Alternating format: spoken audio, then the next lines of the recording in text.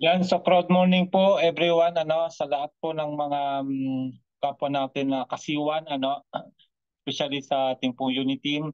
So sa araw na ito ay araw ng Miyerkules at alam naman po natin na pag Miyerkules po ay meron po tayong uh, leadership group meeting from the company. So yun po yung ating tatalakayin sa araw na ito. Ayan, so stay tuned po kayo kasi meron po tayong mga bagong update sa araw na to. So mag-share screen na po tayo para po ay let's dive na po agad-agad para po ay makita natin kung ano po yung mga latest update po sa ating pong company ngayon. So today po ay March 26, 2025, Merkulis nga po. At ito katatapos-tapos lang po ng ating leadership group meeting. At hopefully ay meron tayong matutunan sa very important na meeting na ito ngayong end of March na So bago tayo pumasok doon ay pinapaalalahanan po tayo ng ating company na kailangan po ang important security sa ating mga account, especially po sa ating mga dashboard para po maiwasan po na ma-hack So nakalagay po dito, babasahin po natin. Your security is our top priority. We have recently been made aware of fraudulent copycat websites, social media pages, and individuals impersonating the C1 brand to promote the fake offers, products, and schemes.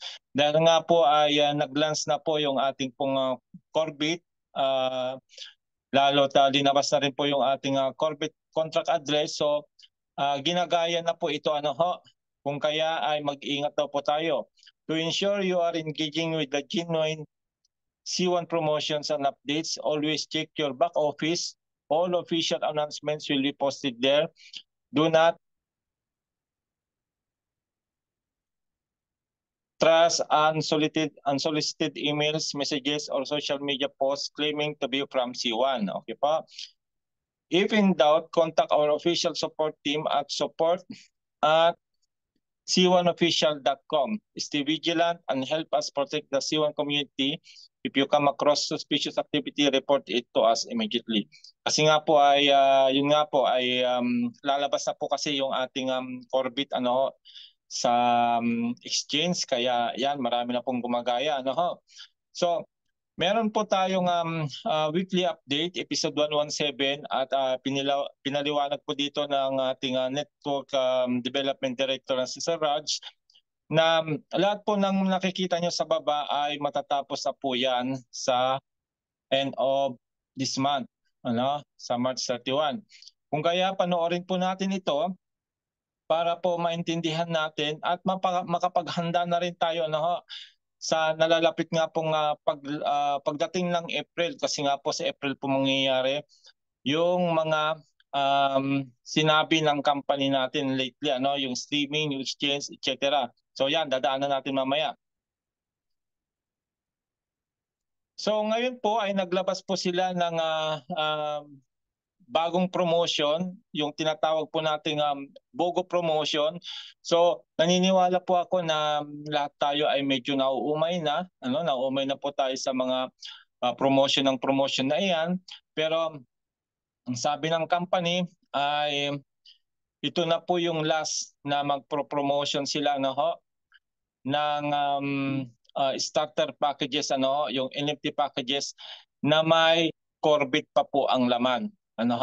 Ibig sabihin, until March 31 kasi ay doon na lang po tayo makakuha ng Corbit sa lahat ng mga NFT package natin. At ang good news po nga po, from today, ayan, 26 to 31st of March, ay nilabas po nila yung 1+1 promotion. Ano ibig sabihin po niyan? Ayan. So, ayan, paki-screenshot na lang din po, Kung tayo po ay bibili ng Earth package na mako-convert po into air, yan po ay instead of isa, ang ibibigay sa atin, dalawa. Yan. Yan po ay earth with free air hanggang fire with fifth element. Ano ha? So yun po yun. Pangalawa na ito kasi na nilabas nila, no, yung nauna kasi 24 hours lang. Pero ito ay mahaba-haba ngayon, 26 to ano nga po to 31 para po makapaghanda tayo at makaipon pa po ng Corvette token bago mawala po ito sa ating mga package. So yan po yan. Yung inilabas nila ngayon. So siyempre iniisip nga natin ay lagi na lang nagpro-promotion, pero yun nga po, sabi nga po ni Sir Raj ay sana lang po ay hindi tayo magsisi pagdating ng April na hindi po natin grinab yung ganitong napaka laking promotion na binibigay nila ngayon. Imagine mo, isa lang bibilin mo, dalawang ibibigay sa'yo. Siyempre, dalawang account po ang malalagyan ng Corvette token. Na alam naman po yung Corvette token po yung inaantay nating lahat na ma-stream na nga po this April. So mamaya dadaanan natin. So ito po yung another illustration. Kung halimbawa ay bumili tayo ng special earth to air with free water, ay dalawa din po ang ibibigay sa atin. Ayan. Special earth hanggang sa water to fire with free fifth element. Ibig sabihin, kasama po ang mga upgrade. Yung mga upgrade promotion, kasama din po yan sa 1+1. Kaya po, kumbaga tinodo na po nila. Tinodo na po ng ating company para doon sa mga hindi pa po nakakabili ng mga package para po ay magkaroon kayo ng Corvette token. Ito na po yung last chance natin bago po tanggalin yung Corvette nga po sa lahat ng mga NFT package natin. Okay po, malinaw po Then important announcement, starting 1st April, all elements starter pack will no longer include Corvette token or CBIT. Nakita nyo Kaya nga po binibigyan na tayo ng last chance ngayon. Kung tayo po ay nag-aantay pa, tayo po ay nag-o-observe pa, ay sana naman ay hindi po masayang yung pag-o-observe natin kung hindi po natin grinab yung offer ng company na ito ngayon bago po mawala yung Corvette. Wala na rin pong rank booster, no APTEL coordinator 3 stars, and BCS reduction will be discontinued for new purchases after 31st months. Ibig sabihin, lahat ng ongoing na promotion ngayon, lahat po yan ay matatapos na po by end of March. March 31 nga po. Pero ang good news, sabi dito, all elements starter packs purchased now until 31st March will include Corvette if activated in 90 days. Ibig sabihin, kahit nakabili ka, kung nakabili ka pala ng iyong package until 31st nga po, hanggang katapusan, at hindi mo pa inactivate siya, ay valid pa po yan ng 90 days. Ibig sabihin kahit nag-April, May, June na siya, basta pasok pa siya sa 90 days period na validity niya, ay may kasama pa rin Corvette po yon. Halimbawa, namili na tayo para po paghandaan natin yon sa mga member natin na wala pang Corvette o part ng family natin na gusto natin mabigyan ng Corvette at hindi pa nga sila decided pero tayo ay binila na natin sila. So pwede pa rin po yung ma-activate na may Corvette after 90 days. Yan po yung sabi diyan. Gift code validity will be for 90 days upon the date of purchase. Kasi halimbawa pinorchase mo ngayon 26 hanggang June 26 pa po yan na valid. Okay ho? Kung kaya kahit nakabili ka ng March 31, di hanggang June 30 pa siya valid po dahil yung 90 days. Then pre-BOGO GC is valid for 30 days and without bonus. Ibig sabihin, yung pong kasamang promotion, yung BOGO po, yung free, yung plus na free, ay 30 days lang po yun na valid. At wala pong bonus yun, of course, kasi nga po free na siya. Okay, magkaiba po yan 90 days po doon sa NFT. na mabibili natin. Pero doon sa free na BOGO ay 30 days lang kailangan ma-activate na siya. Okay po? Yan. Yan po yung ating ongoing promotion ngayon. Next. So, yung claim and stake ng Corbit ay matatapos na rin po ng 31st. Ganito po yan. Kasi nga po marami po ang nagtatanong bakit daw po ay hindi pa nag-start yung streaming. So papaliwanag po muli natin. Di ba ang sinabi March ay mag-start na po yung streaming. Pero pinaliwanag din po ni Sir Raj na hindi po sabay-sabay yung streaming natin. Mauna po yung mga nakabili ng Super Power App, yung Corbit Super Power App, tsaka mga power bundles na ma-stream, which is nauna na nga kami 2 months ago. Ano ho? At lahat naman ng bumili ng Corbit Super Power App nitong March ay ongoing po yung streaming. So ibig sabihin, tama naman po na may streaming po. Yun nga lang, nauna nga po yung mga nakabili ng mga Corbit Super Power Up na ito. Ano nga yung March. Then hanggang 31st March, matatapos na po ito. Pag hindi nila na-claim ang stake, ay i-stream na po yan na hindi na po nila makukuha yung 15,000 na buo sana. Ano, kaya sabihan niyo po yung mga nakabili na sana i-claim na nila kaagad para ma-stake na rin po nila yung buong 15,000. Okay ho? Kasi by April, doon na po magsisimula yung streaming po ng mga NFT package. Ano ho? Mga nabili nating mga package. Ano ho? Okay? Then, isa pa pong dahilan kung bakit na-delay po yung ating streaming. Supposed to be February dapat, di ba? Yung streaming. Pero mauna nga po yung mga power up. Dahil nga po sa ginawang layer 3 blockchain na pinaliwanag na po natin ito ng maraming beses na instead nga po na Arbitrum po yung gagamitin nating gas fee pag nagsimula na po yung streaming tsaka yung exchange, basta ginagamit natin yung Corbit token natin, of course, meron po yung gas fee na sinasabi. So instead na Arbitrum, kasi under nga po sa Arbitrum yung ating Corbit na po. Ibig sabihin sa layer 3 blockchain na ito, Corbit na po yung magiging gas fee, hindi na po Arbitrum. Okay ho? Kagaya po sa Planetix na pinapaliwanag natin, habang nagtatransact po tayo ng IX token natin, token po yun ng Planetix, ay dadaan tayo sa gas fee na Matic o Polygon na ngayon.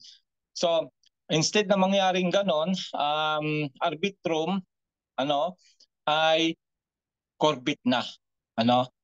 Corbit na rin po yung gas fee. So, yun po yung napaganda. Kasi nga ay kahit hindi na tayo bumili ng Arbitrum, at least kung may Corbit tayo, doon na rin kukuhanin yung gas fee pag tayo nag-transact na. Okay ho? Then next. So, ito na po yung inaantay nating lahat na streaming starting very soon na magsisimula na nga po itong April. So, ang tip ko sa inyo, ito po yung sinabi kanina ni Raz na talagang tinututukan ko kanina sinasabi niya, once nag-start na po yung streaming by April, sabay na rin po yung exchange. Okay po? So yun po yung tama po yung timeline o tama po yung binalita nila kay Ma'am JT na binalita sa amin na ang ating pong exchange ay mangyayari na rin po ngayong April. At hopefully ay hindi na po ma-delay. Pag-pray po natin na mangyayari na po lahat ngayong April para po lahat ay masaya na. Para po yung ating pagkainip ay maibsan na po yan ng kasiyahan o kagalakan dahil at last yung inaantay natin ay mangyayari na. Okay ho?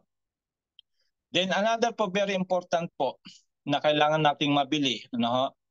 Total tayo naman, karamihan po ng mga active na C1 members ay nakabili ng NFT, so may mga Corbit na yon. So ang importante po sa lahat po na mabili rin po natin ay yung tinatawag na node pack.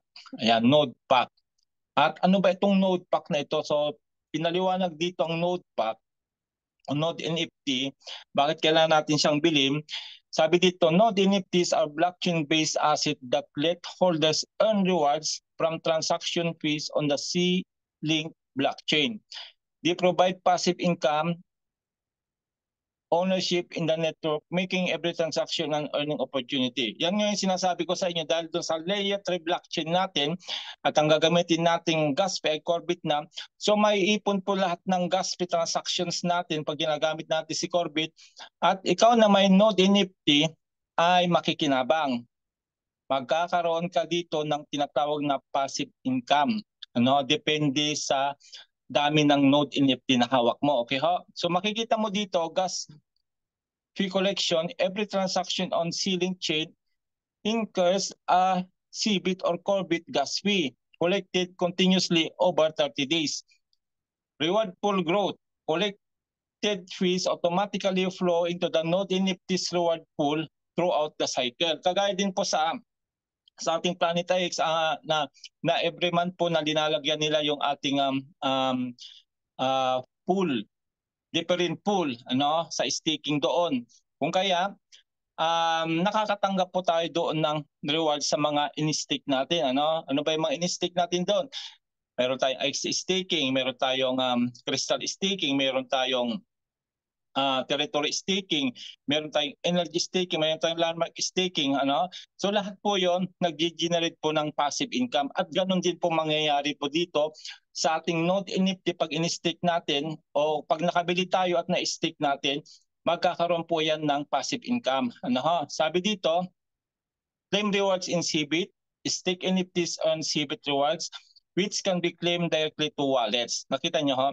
So lahat ng makukuha nating reward pag ikaw ay holder ng node NFT, direkta na raw po sa wallet natin at ibig sabihin pag meron na yung exchange, pwede mo siyang ipalit ng pera anytime na gusto mong ipalit o i-convert. More node NFTs, more rewards. The earlier you stake, the bigger share of the pool you get. Also, along with more node NFTs, earlier the stake in the epoch, higher the returns. And longer you stake, more rewards you generate. Diba? Nakita nyo ha? Pag nagsimula na po yung staking, at antabayanan nyo po yung ating main GC dahil nga po ay aabangan po namin ito para mauna tayo makapag-stake kasi pag nauna tayo nakapag-stake, mas malaki yung makukuha nating APR o yung tinatawag na APY, annual percentage rate o yung reward.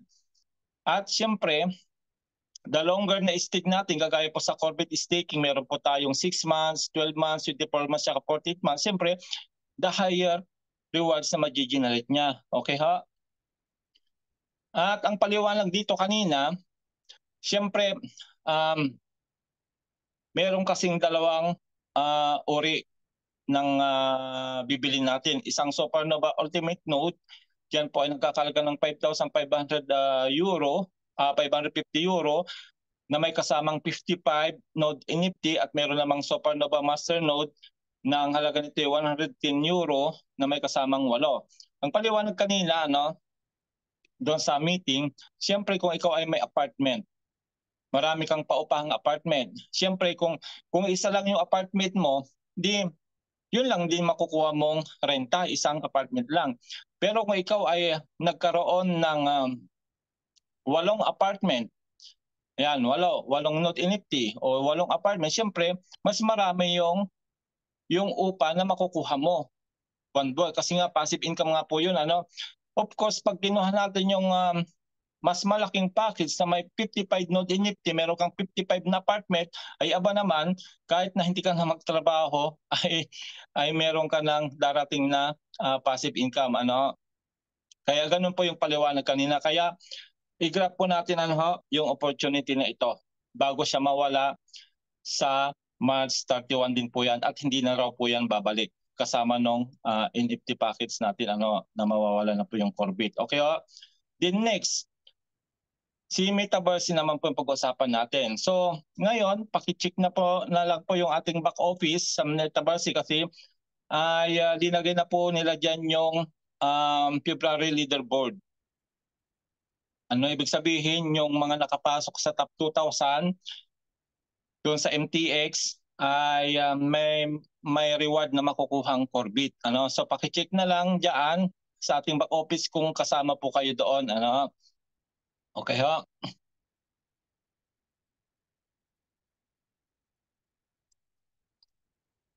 At pag-usapan naman po natin itong Metaverse Coin Exchange. So Yung MTX, iba po yun kasi nga Metabox po yung ating trade doon sa mga company na nasa loob ng MTX. Pero dito naman po ay coins na.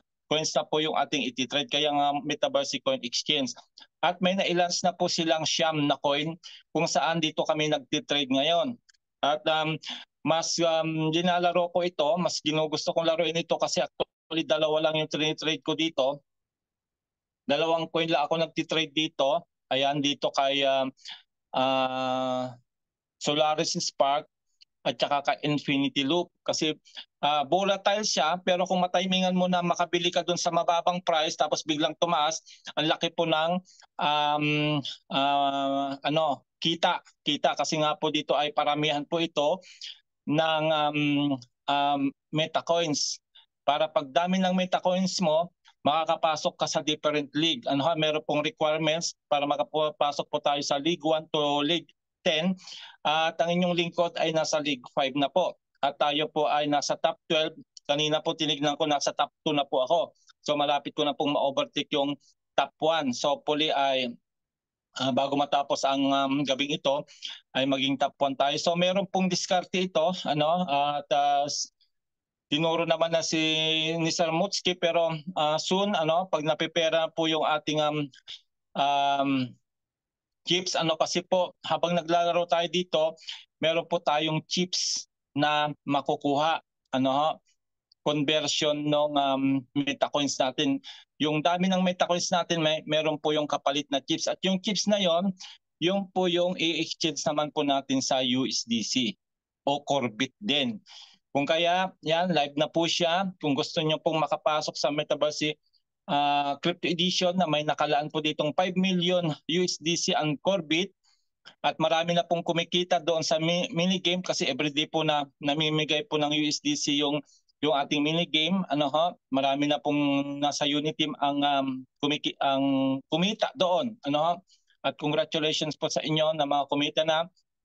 At kung gusto niyo makasama dito at makabahagi kayo sa 5 million USDC ang Corbit na nasa reward pool po niya, so need po nating bumili ng package na either Pro Package o Elite Package. So ako po ay nagsimula lang po dito sa Pro Package at na may 1,000 lang po na metacoins, pero dahil po ay nakuha natin yung strategy paano mapalaki siya, kagaya din po ng MTX dati, ay napaabot ko na po ito ng more than 300,000 from 1,000 po na metacoins ko. Kaya nandiyan po ako nakikipagbakan ngayon sa League 5. So sa League 1 to 10 na yon, hanggang League 6 pa lang po yung merong mga players. Sa League 6 ilan lang po sila doon. Sa League 5 ay 13 lang po kami doon. At ako nga po ay number 2 na kanina. So imagine mo, sa 1,000 lang po na metacoins ko ay napaabot ko na ng 300,000 na mahigit. Kung kaya, ang next target na po natin ay yung League 6, na ang requirement po doon na metacoins para makapasok ka doon ay 500,000 na po, 500,000. Kaya hopefully ay makuha natin yon bago po matapos yung league ngayong week na ito. Ayan, so ganyan po ang pagsali. Either bili tayo ng Pro Package o Elite Package. At may mga asset po dito na kakailanganin natin para po tayo ay makapaglaro sa Metaverse Crypto Edition. Okay, kasama na po yung mini game na kung saan araw-araw may mga nananalo po doon na mga ka-unit team natin. Okay, so yan lang po yung ating update sa araw na ito. At bago po tayo magtapos,